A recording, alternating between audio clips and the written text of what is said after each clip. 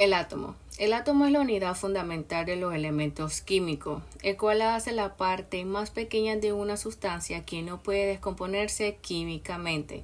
Cada átomo tiene un núcleo. Ese núcleo es el centro, el cual está formado por protones, que son partículas de carga positiva, por neutrones, que son partículas sin carga, y los electrones, que son partículas de carga negativa, las cuales se mueven alrededor del núcleo.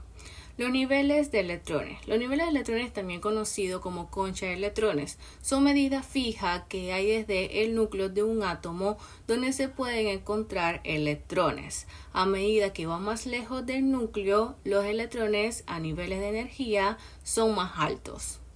La orbital atómica es la región definida por una determinada solución particular, espacial e independiente del tiempo, siendo así una función de onda monoelectrónica que describe el comportamiento de un electrón en contexto de un átomo.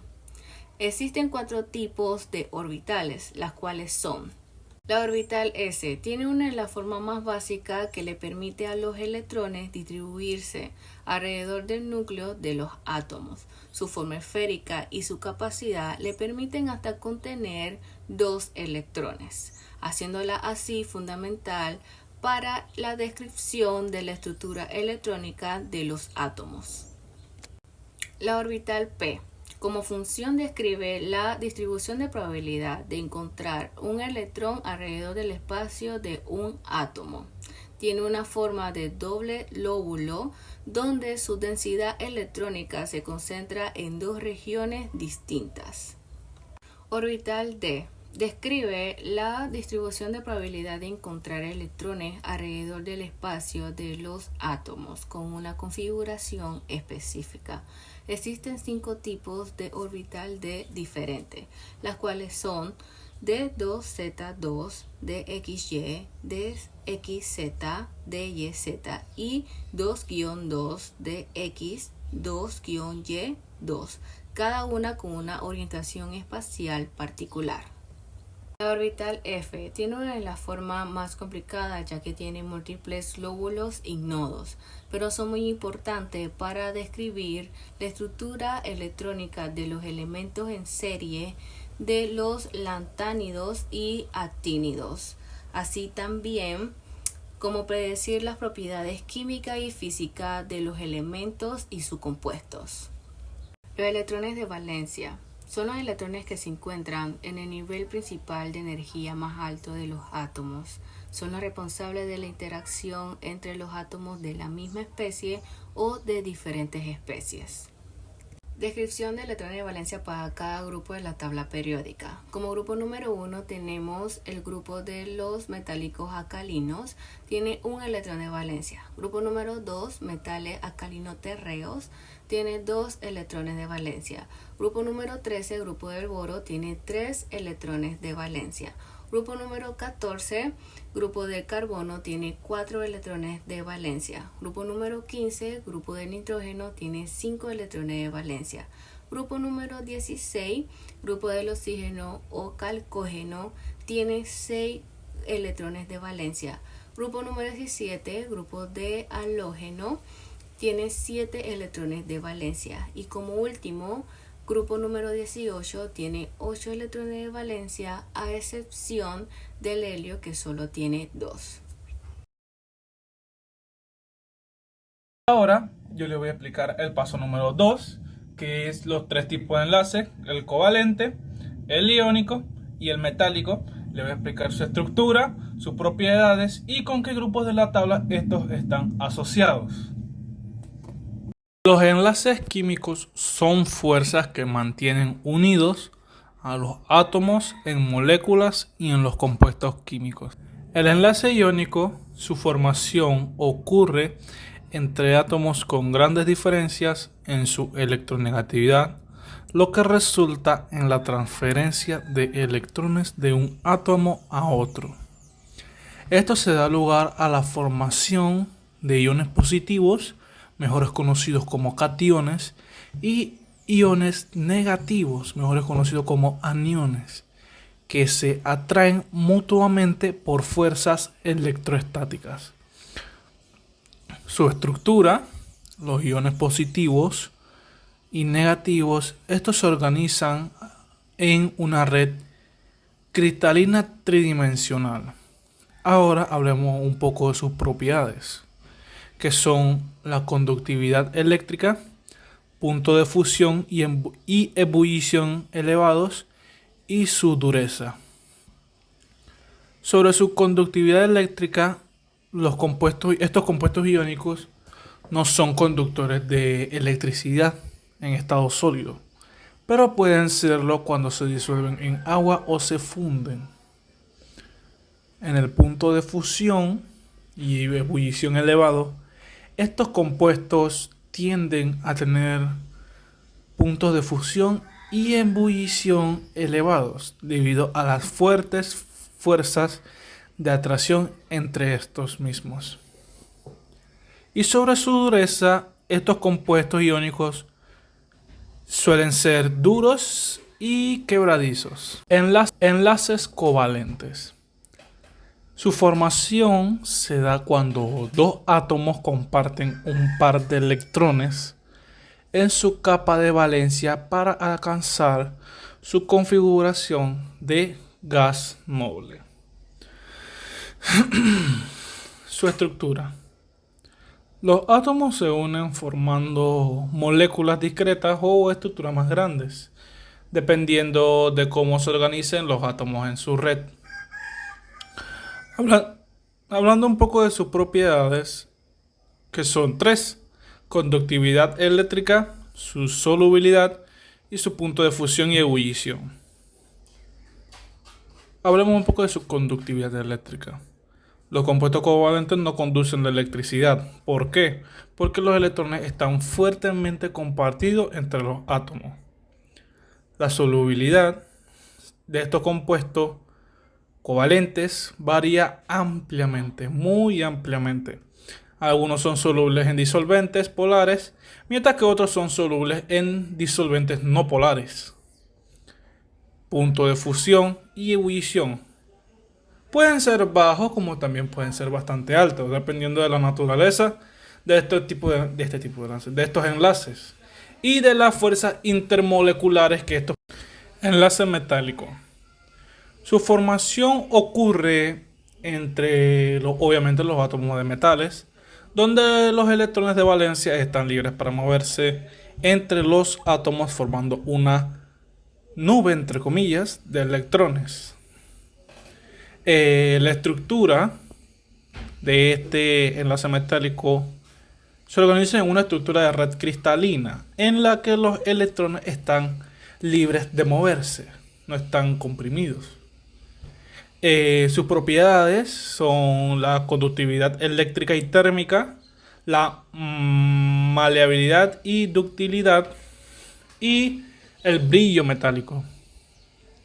Cuando hablamos de conductividad, esto debido a la movilidad de los electrones libres, los metales son excelentes conductores tanto de electricidad como de calor. En la ductilidad y maleabilidad, los metales pueden ser martillados o pueden ser estirados en láminas delgadas, que entre paréntesis pueden ser maleabilidad, y en alambres que puede ser ductilidad.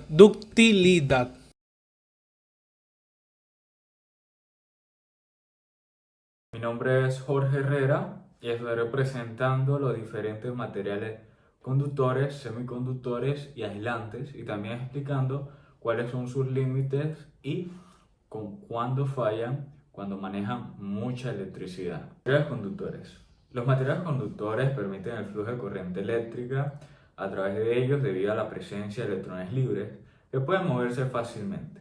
Los conductores comunes influyen en metales como el cobre, el aluminio y el oro. A medida que la corriente fluye a través de un conductor, se genera calor debido a la resistencia del material. Este efecto se conoce como calentamiento óptico. Los conductores tienen una resistencia eléctrica finita, lo que significa que tienen una limitación en la cantidad de corriente que pueden transportar, antes de que la resistencia provoque un aumento significativo en la temperatura. Si se somete a una corriente muy alta, los conductores pueden sobrecalentarse y fundirse, lo que puede causar cortocircuitos o daños en equipos eléctricos. El cobre es un material conductor más común y ampliamente utilizado en aplicaciones eléctricas debido a su alta conductividad eléctrica y su capacidad para soportar corrientes eléctricas. El cobre tiene una capacidad de conducción de corriente eléctrica limitada. A medida que aumenta la corriente que fluye a través del cobre, también lo que hace la cantidad de calor que se genera debido a la resistencia eléctrica del material. Cuando se maneja mucha electricidad a través del cobre, especialmente en aplicaciones de corriente, este excede su capacidad nominal, puede producirse sobrecalentamiento del conductor. Este sobrecalentamiento puede provocar la deformación del mismo cobre, daños en el aislamiento circundante y en última instancia un fallo catastrófico si no se controla adecuadamente. Aunque el cobre tiene una conductividad eléctrica alta, no es perfectamente eficiente. Parte de la energía eléctrica que fluye a través del cobre se disipa en forma de un calor en la resistencia eléctrica del mismo material. A altas frecuencias, como en aplicaciones de corriente alterna, la corriente tiende a fluir en la superficie del conductor en lugar de penetrar en su interior. Este fenómeno se conoce como el efecto Skin en cables de cobre de gran tamaño utilizados en transición de energía de alta tensión. Este efecto puede resultar en una distribución desigual de corriente a lo largo del conductor y una mayor resistencia eléctrica efectiva. El aluminio es un conductor comúnmente utilizado especialmente en aplicaciones de transición y distribución de energía eléctrica. Sin embargo, tiene ciertas limitaciones que pueden experimentar fallas cuando se somete a altas corrientes eléctricas. El aluminio tiene una capacidad de corriente limitada en comparación a otros conductores como el cobre. Este se debe a que el aluminio tiene una resistividad eléctrica mucho más alta que el cobre, lo que significa que presenta mayor resistencia al paso de la corriente eléctrica. Como resultado, el aluminio puede sobrecalentarse cuando se somete a corrientes muy altas.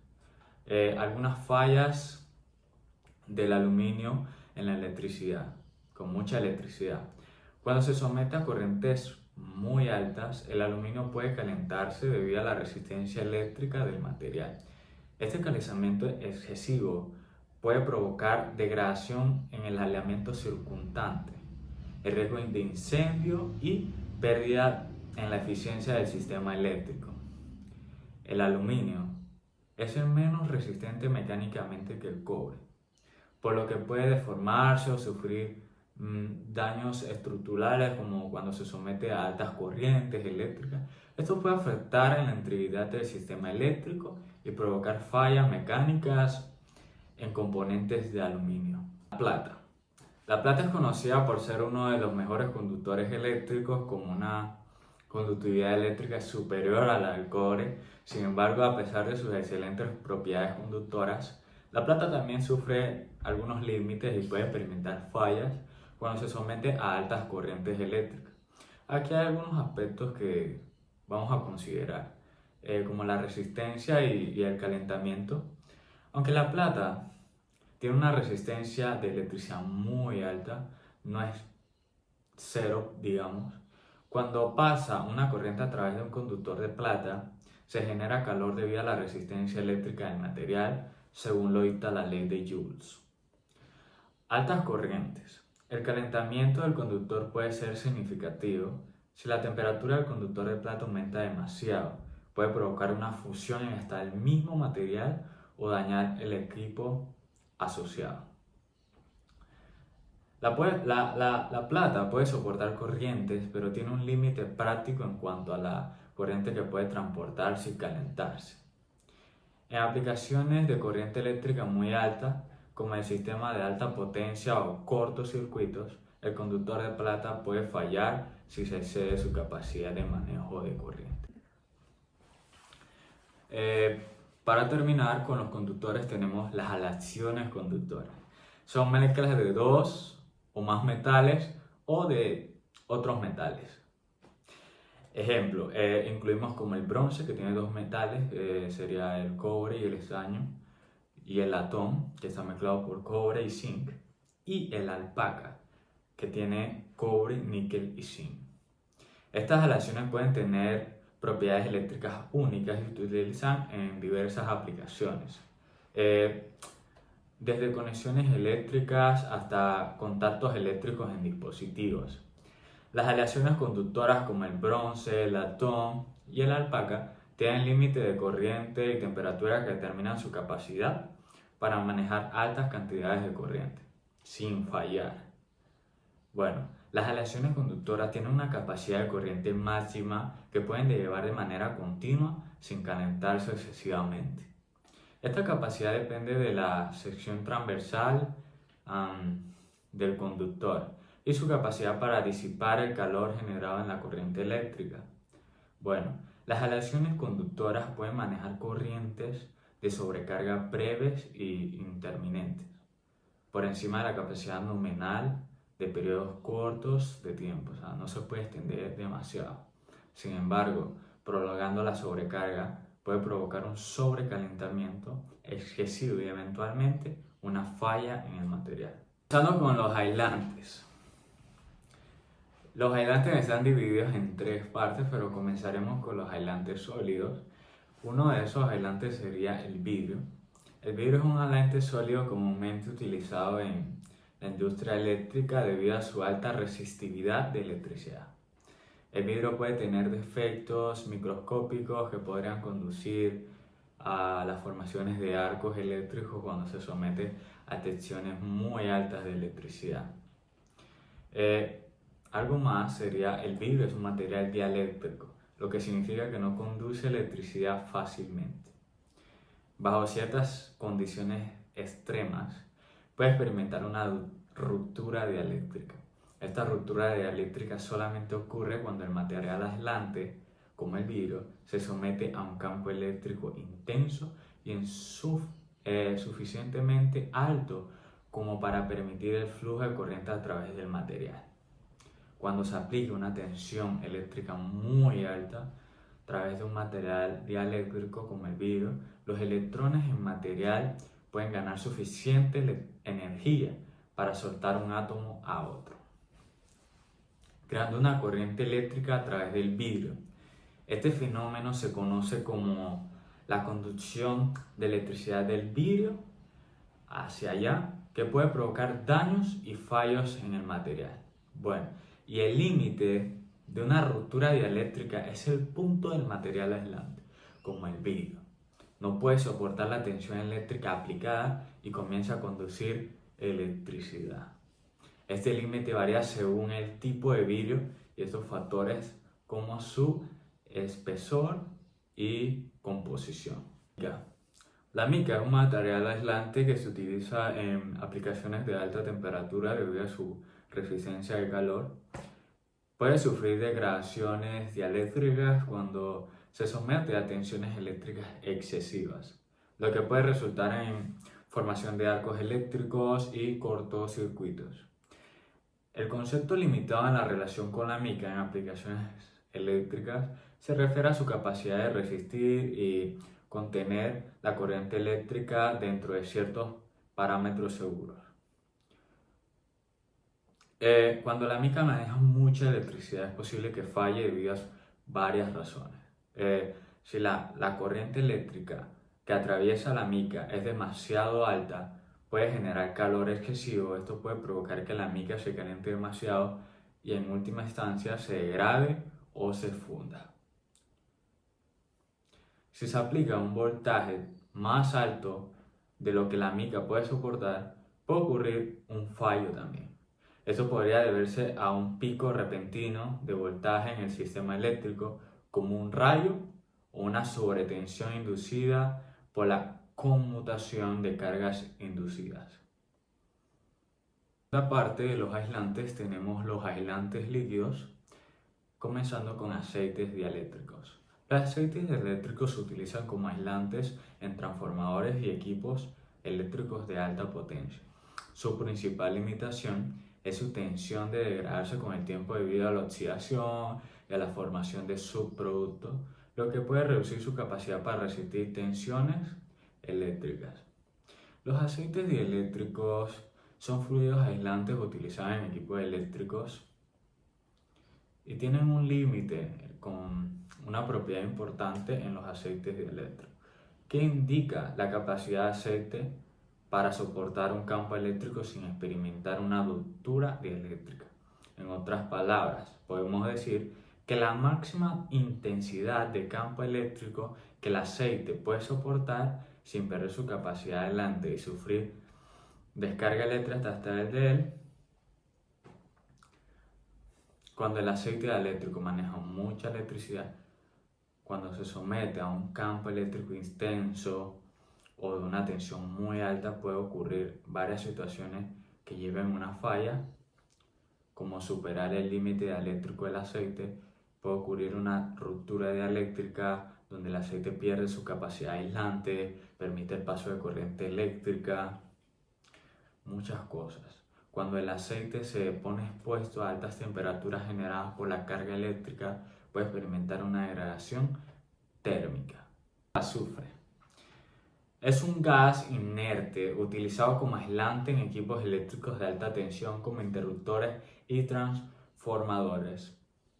Aunque tiene excelentes propiedades dieléctricas, puede ser peligroso en casos de fugas, ya que es un gas que en efecto invernadero es extremadamente muy potente.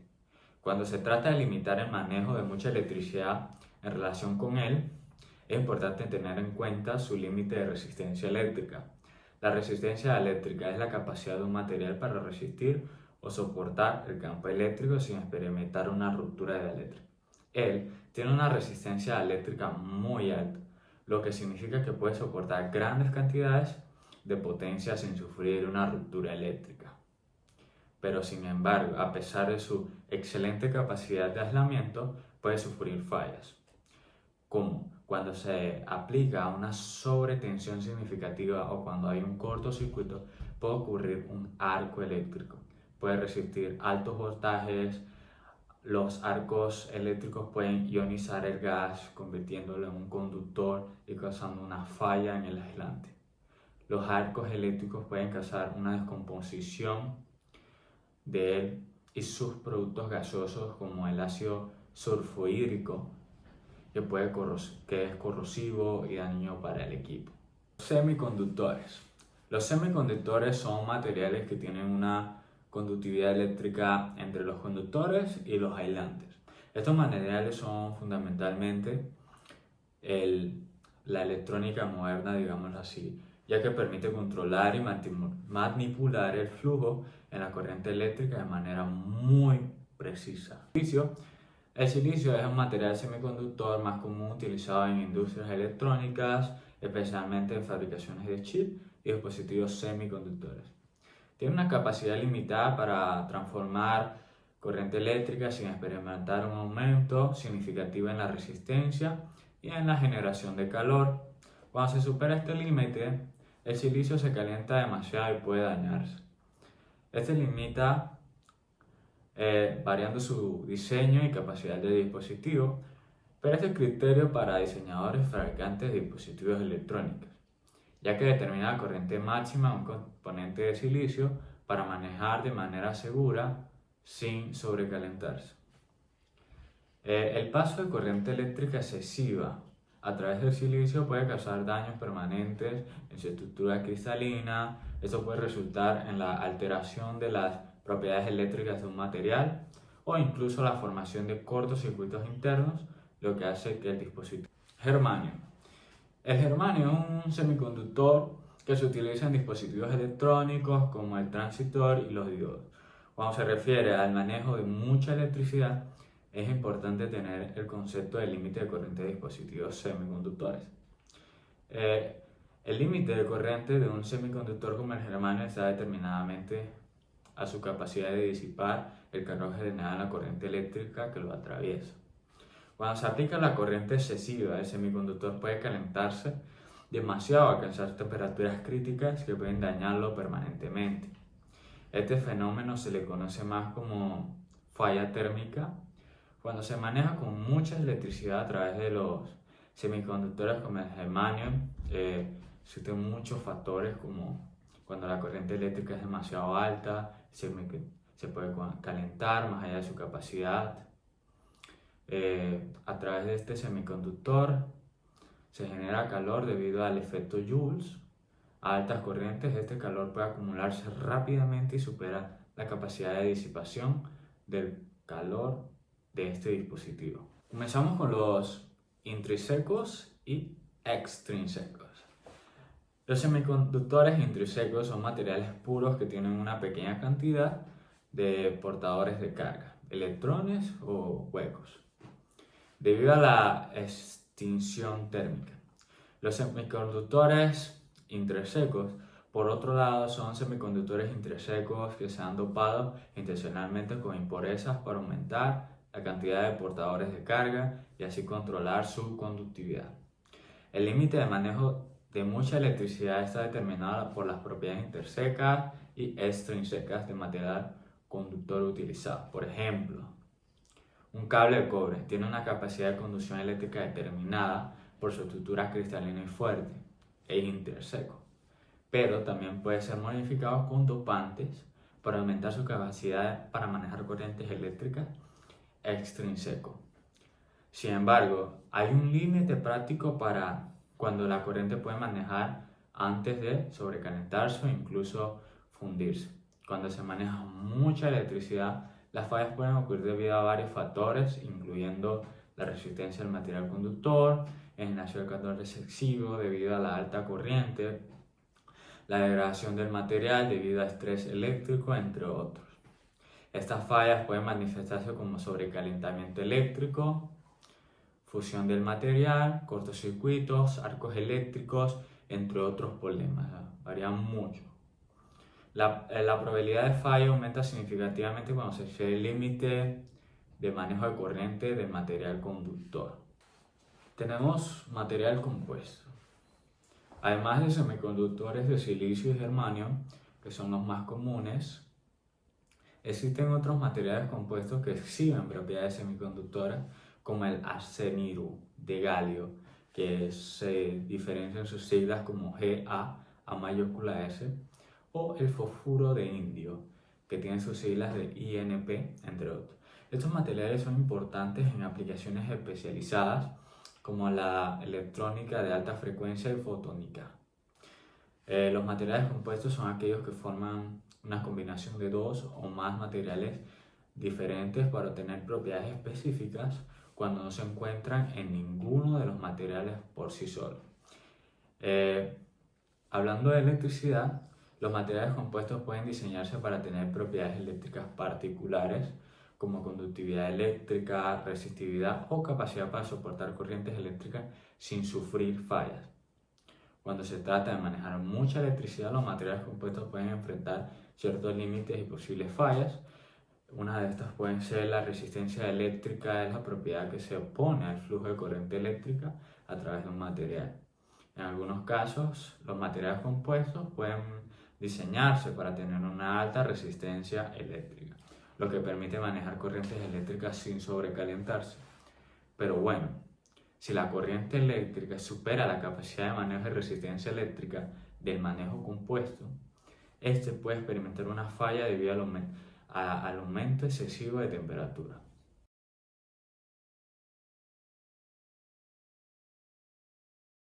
Buen día, profesor, mi nombre es Santos Rodríguez y hoy le voy a hablar sobre la historia de la batería, cómo funciona, qué son la reacción de óxido y reducción y cómo funcionan dichas reacciones. Vamos a empezar sobre la historia de la batería. La historia de la batería empieza por el condensador eléctrico. ¿Qué es este condensador eléctrico, o también conocido como botella Leyden? El condensador eléctrico es una botella rellena de agua tapada por un corcho que se le metía un alambre metálico, y al hacer contacto con la electricidad esto generaba un gran potencial eléctrico.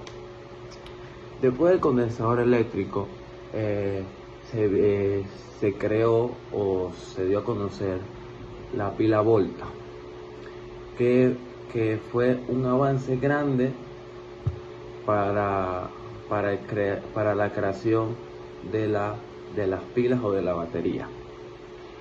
Luego de la pila Volta se inventó la pila Daniell.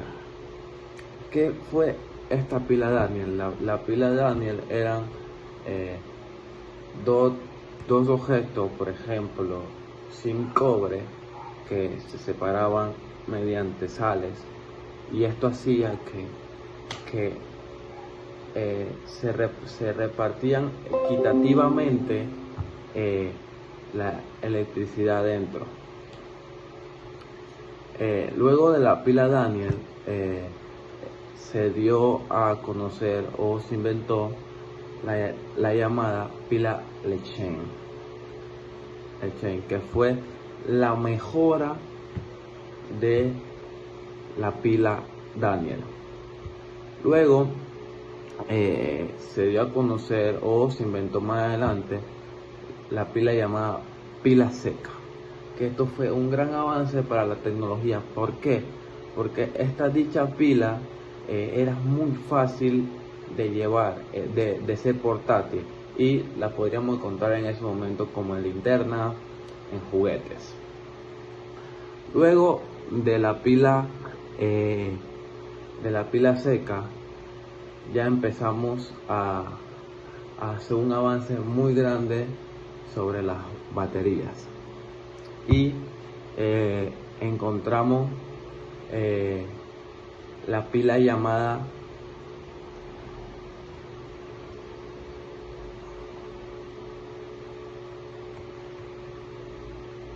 la pila alcalina, que este fue el avance más grande en su época.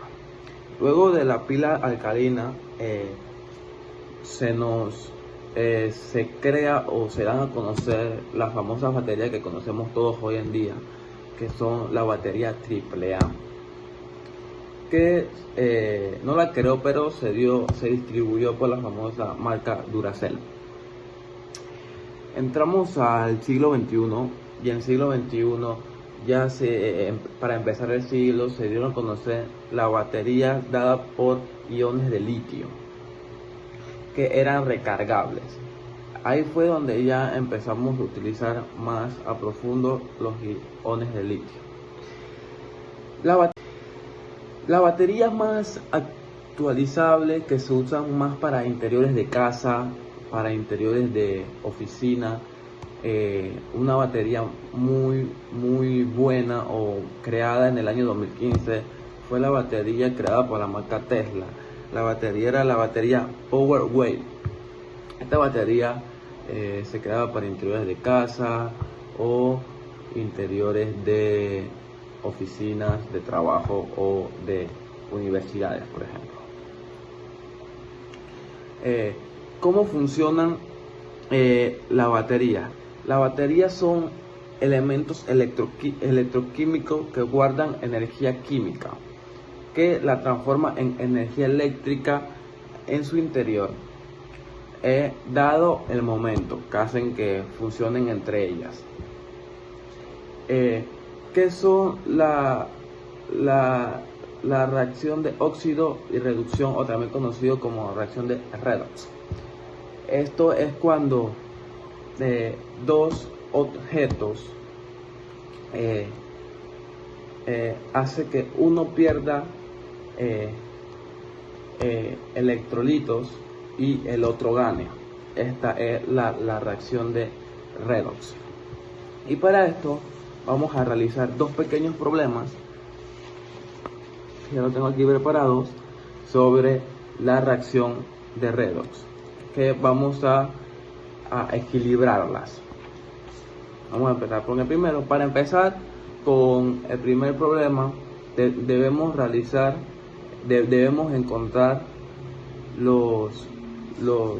las oxidaciones de lo que estamos buscando, de lo que estamos equilibrando.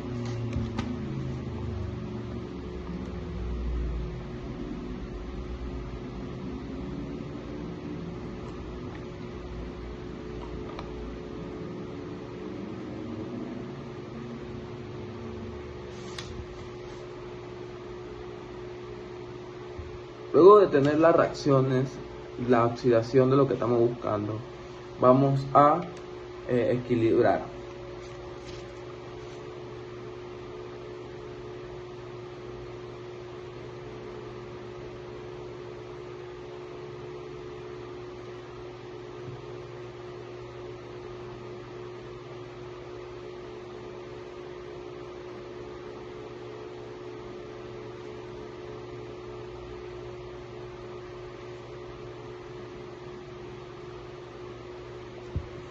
Aquí tenemos la primera reacción equilibrada.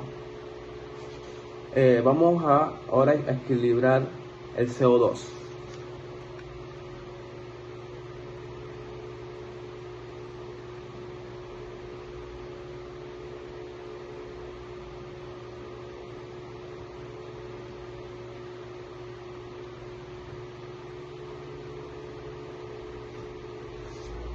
Y aquí estaría la reacción ya completamente equilibrada. Vamos a pasar a la segunda. Hay que hacer lo mismo. Hay que encontrar ahora también el número de oxidación de lo que estamos equilibrando.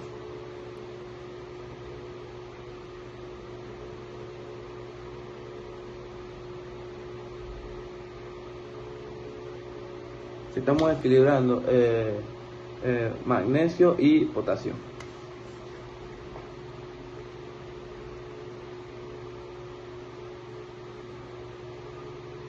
Al ya tener el número de oxidación, vamos a proceder a equilibrar dichas reacciones o dichos elementos.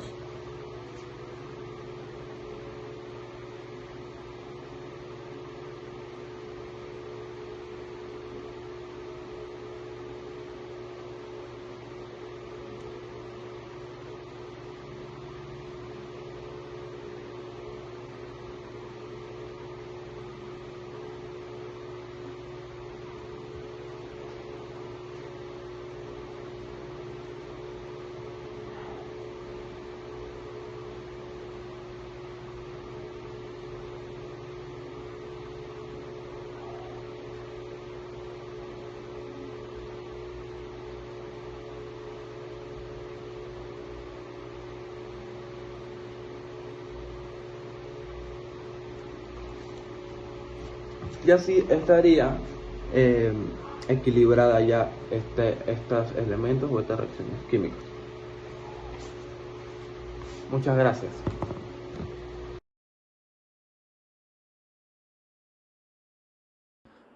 Baterías de plomo ácido y baterías de iones de litio. Las baterías de plomo ácido son dispositivos ampliamente utilizados en diferentes industrias y sectores debido a su confiabilidad y eficiencia, ya sea en el ámbito automotriz, energías renovables o sistemas de respaldo. Los componentes en esta batería son los electrolitos, placas y separadores. El funcionamiento de estas baterías de plomo se basa en una reacción química que tiene lugar entre el plomo y el ácido sulfúrico. Esta produce una diferencia de potencial entre los bornes de la batería en los terminales metálicos, permitiéndonos obtener energía al conectarnos a un circuito eléctrico. Usualmente las baterías de plomo ácido permiten 1500 ciclos de vida, pero para la mejor condición de uso deben almacenarse idealmente en temperaturas entre 20 centígrados y 25 centígrados. Por cada 10 centígrados por encima de este intervalo, la vida útil de la batería puede reducirse a la mitad. Y el precio de una batería de reemplazo de plomo ácido es alrededor de $129.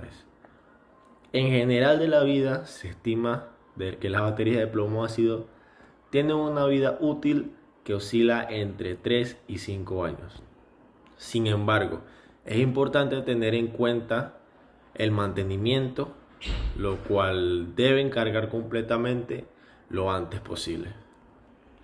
Las baterías de iones de litio es un tipo de batería recargable que utiliza compuestos de litio como uno de los electrodos. Esta consta de 4 partes fundamentales que son el anodo, el cátodo, el separador y el electrolitio. Funciona como una batería tradicional, sin embargo, con la ventaja de que la entrega de energía es máxima durante todo el tiempo. Para su mejor condición de uso es recomendable que permanezcan en un sitio fresco de 15 centígrados y evitar calor excesivo. Este tipo de baterías aguantan más de 6.000 ciclos de carga y descarga, y el precio aproximado de la batería de reemplazo es de $70. Por lo general, las baterías de iones de litio tienen una vida útil de 8 a 10 años y su mantenimiento, para una eficacia ideal, lo mejor es evitar que la carga baje más allá de un 15%. Es recomendable que permanezcan en un sitio fresco y evitar el calor la mayor parte del tiempo. En la memoria de una batería hace que solo conserve la carga que suele ser utilizada, no toda la que puede almacenar. Al hacer esto, la capacidad de la batería disminuye la próxima vez que se usa, a pesar de que está es completamente cargada. Y dan comparaciones de las baterías de litio-ion, ofrecen numerosas ventajas. Tienen una mayor densidad de energía, eficiencia y un ciclo de vida más largo, por lo cual se recomienda que las baterías de ion litio son mejores que las baterías de plomo ácido.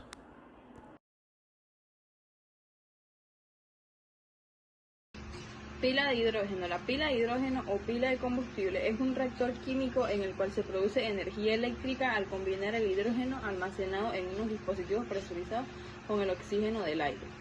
¿Cómo funciona? El hidrógeno se separa en protones y electrones. Los protones pasan a través del electrolito hacia el cátodo, mientras que los electrones circulan por un circuito externo generando electricidad en el cátodo. El oxígeno reacciona con los protones y los electrones formando agua y liberando calor. Las baterías de sodio son un tipo de baterías recargables que funcionan de manera similar a las baterías de litio para transportar la carga utilizando iones de sodio en lugar de iones de litio. ¿Cómo funcionan? Las baterías de iones de sodio se componen de los siguientes elementos: un electrodo negativo o anodo de donde salen los electrones y un electrodo positivo o cátodo que los recibe. Cuando se descarga la batería, los iones de sodio se mueven desde el anodo hasta el cátodo a través de un electrolito, sustancia compuesta por iones libres que funcionan como un conductor electrolito, dando lugar a la diferencia de potencial que produce la corriente cuando se recarga la batería. Los iones de sodio vuelven al anodo hasta el punto donde deben alcanzar un voltaje de fin de carga predeterminado. Las baterías de aluminio. Las baterías de iones de aluminio son una clase de baterías recargable en la que los iones de aluminio suministran energía fluyendo desde el electrodo negativo de la batería al anodo hasta el electrodo positivo, el cátodo. ¿Cómo funcionan? Las baterías de aluminio-aire son células primarias, es decir, no recargables. Una vez que el anodo de aluminio se consume por su reacción con el oxígeno atmosférico con un cátodo sumergido en un electrolito a base de agua para formar óxido de aluminio hidratado, la batería dejará de producir electricidad.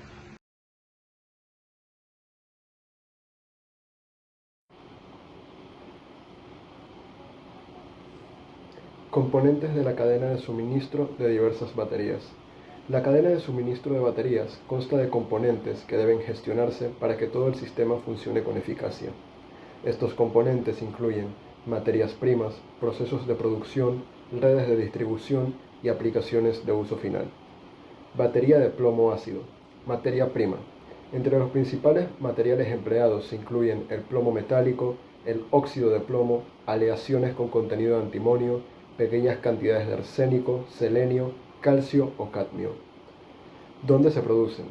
Las baterías de plomo ácido se producen y fabrican en varias partes del mundo, ya que son una tecnología de batería ampliamente utilizada. Algunos de los principales países productores incluyen China, Estados Unidos, Japón, Alemania y Corea del Sur.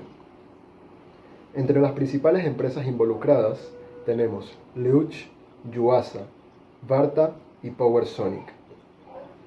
Los planes para ampliar la producción de batería de plomo ácido pueden variar según las necesidades del mercado y los avances tecnológicos. Algunas estrategias comunes incluyen la modernización de instalaciones existentes, expansión de plantas, apertura de nuevas instalaciones, inversión de investigación y desarrollo y exploración de mercados emergentes, como el almacenamiento de energía renovable y la electrificación de vehículos. Batería de iones de litio. El proceso de la fabricación de las baterías de litio comienza con la extracción de las materias primas necesarias, como el litio, el cobalto, el níquel y otros metales. Estos minerales se extraen de minas y yacimientos en diferentes partes del mundo. Luego pasan por un proceso de refinación y purificación para obtener los materiales activos utilizados en las celdas de batería, como el óxido de litio, el óxido de cobalto y el óxido de níquel. Se producen en diversas partes del mundo, con algunas de las principales regiones de producción ubicadas en países como China, Corea del Sur, Japón y Estados Unidos. Entre las principales empresas involucradas tenemos CAT, Panasonic, LG Chemical, SK Innovation y BYD. Planes a futuro para ampliar la producción. La oferta de baterías de litio superará la demanda durante algunos años. La oferta crecerá un 45% solo en 2023. Y aunque la demanda también aumentará algo, se prevé que persista el problema del exceso de oferta. Pila de hidrógeno. Los materiales para la pila de hidrógeno provienen de una variedad de fuentes, incluyendo minerales para los electrodos, productos petroquímicos para las membranas de intercambio de protones y diversos materiales para los componentes estructurales de la pila. ¿Dónde se producen? Las pilas de hidrógeno se producen en varias partes del mundo, con varios países que tienen una presencia destacada en la industria. Algunos son Japón, Estados Unidos, Europa, entre ellos Alemania, Reino Unido, Francia y Corea del Sur. Las principales empresas involucradas son Ballard, Plug Power y Toyota. Planes a futuro para ampliar la producción. Al concluir nuestra exploración de las pilas de combustible de hidrógeno y su potencial como revolucionarios en la industria de los combustibles alternativos, queda claro que estas tecnologías innovadoras encierran una inmensa promesa para un futuro sostenible, desde su naturaleza de cero emisiones hasta su versatilidad y eficiencia. Las pilas de combustible de hidrógeno se están convirtiendo en pioneras en la carrera por encontrar soluciones de energía limpia. Batería de sodio. ¿De dónde se sacan los materiales? Pues de diversas fuentes. El sodio es el componente principal de las baterías de sodio y se utiliza como material anódico. El sodio puede obtenerse de fuentes naturales como la sal marina, cloruro de sodio, o de la minería de minerales. Los electrolitos para la batería de sodio pueden basarse en una variedad de solventes y sales que contienen sodio, aunque las opciones exactas pueden variar según el diseño de la batería y la tecnología específica. Se están desarrollando en varios países en todo el mundo, con China, Estados Unidos, Europa y Japón como algunos de los principales actores en este campo. Las principales empresas involucradas son Farbarion, NGK Insulators y MTE Power. Planes a futuro para ampliar la producción. Se espera que el tamaño del mercado de batería de iones de sodio en términos de igual a 7,28 crezca de 166.000 millones de dólares en 2024 a 236.000 millones de dólares en 2029, con una tasa compuesta anual del 7,28% durante el periodo previsto. Batería de aluminio. Los materiales para la batería de aluminio provienen principalmente de fuentes naturales, como la bauxita para el aluminio, y pueden obtenerse mediante procesos de extracción y producción similares a los utilizados en otras industrias relacionadas con el aluminio y la química. ¿Dónde se producen? En la actualidad, las baterías de aluminio están en proceso de investigación y desarrollo, y aún no se producen a gran escala como las baterías de iones de litio. Sin embargo, la investigación sobre las baterías de aluminio está en curso en varios países y empresas de todo el mundo. Principales empresas involucradas. Dado que la batería de aluminio está en etapa de investigación y desarrollo, no existen empresas que produzcan batería de aluminio a gran escala para aplicaciones comerciales en el mercado actual. Sin embargo, varias empresas, instituciones de investigación y startups están involucradas en la investigación y desarrollo de tecnologías de batería de aluminio. Algunas de estas instituciones incluyen al MIT, también conocido como el Massachusetts Institute of Technology. Principales impulsores de la tecnología. Estos incluyen eficiencia energética. Las baterías de aluminio tienen el potencial de ofrecer una mayor eficiencia energética en comparación con las tecnologías de baterías existentes.